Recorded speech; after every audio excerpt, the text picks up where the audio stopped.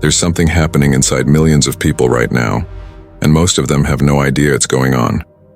They wake up feeling like they never really slept. They push through the morning with coffee. They hit that wall around 2 or 3 in the afternoon where focusing feels impossible, and by evening, they're running on fumes, craving sugar, feeling irritable, wondering why their body just won't cooperate. Doctors run the numbers. Everything looks normal, but the exhaustion is real. The fog is real. And the frustration? Absolutely real. What if the problem isn't how much energy you have, but how your body is managing the fuel it already receives? Stay with me, because what we're about to cover changes the way most people think about energy entirely. Most people think about blood sugar in extremes. Either you have diabetes or you don't. Either your numbers are dangerously high, or everything is fine. But here's what most people miss. There's a vast middle ground. A silent pattern of blood sugar fluctuation that never shows up as a crisis, never triggers an alarm, and yet slowly, quietly drains your energy day after day. Researchers call it glycemic variability. You might just call it your life. It works like this. You eat something, but maybe even something that seems healthy. Your blood sugar rises. Your pancreas responds by releasing insulin to bring it back down. So far, so normal. But when that rise is too fast or too sharp or happens too often throughout the day, the crash that follows hits harder than it should. And that crash? That's the 2 o'clock slump. That's the brain fog after lunch. That's the afternoon where you're staring at a screen and absorbing nothing. If this sounds familiar, tell me in the comments where you're watching from, and whether you know someone who's been dealing with this kind of invisible exhaustion too. Here's where it gets interesting. The human body is designed to run on a steady, balanced supply of glucose. Not too high, not too low. A kind of metabolic rhythm that keeps your cells powered, your brain sharp, and your energy consistent throughout the day. But modern life is working against that rhythm in ways most people never realize. It's not just about eating too much sugar. It's about timing. It's about the combination of foods. It's about stress, which triggers cortisol, which pushes glucose higher even when you haven't eaten a thing. It's about poor sleep, which disrupts insulin sensitivity before your day even begins. It's about sitting for hours, which slows the natural process by which your muscles absorb glucose from the bloodstream.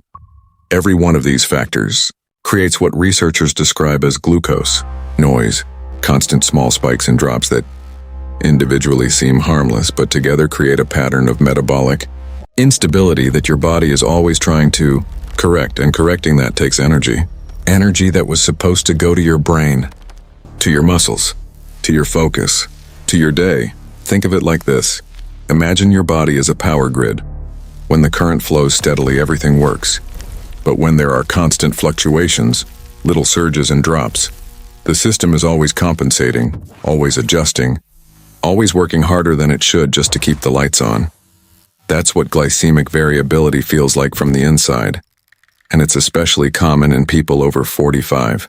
When insulin sensitivity naturally begins to shift, when stress tends to run higher, and when the body becomes less forgiving of the metabolic patterns that didn't seem to matter so much in your 30s. But that's only part of the story, because here's what the research is beginning to reveal. This pattern isn't inevitable. It's not just something you accept as getting older. And it's not something that requires extreme diets or perfect eating habits to address.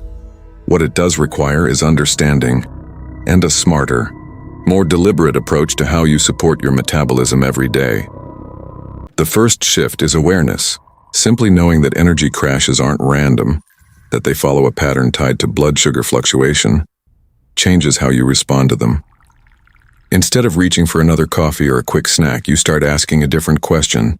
What happened in the last hour or two that might have triggered this? The second shift is consistency. Glucose stability isn't built in a single meal. It's built through repeated patterns, eating in ways that slow the rate at which sugar enters the bloodstream, moving your body regularly, prioritizing sleep, and managing the stress that silently pushes your glucose higher without you even noticing. The third shift is support. And this is where it gets practical. There's a growing body of research around specific natural compounds that appear to support healthy glucose metabolism, not as a replacement for good habits, but as part of a smarter daily routine. Berberine, for example, has been studied for its potential role in supporting insulin sensitivity. Cinnamon extract has been researched for its possible effect on how cells respond to glucose. Chromium plays a recognized role in normal macronutrient metabolism. These aren't magic ingredients, but they're not random either. They represent a direction of nutritional science that takes metabolic support seriously.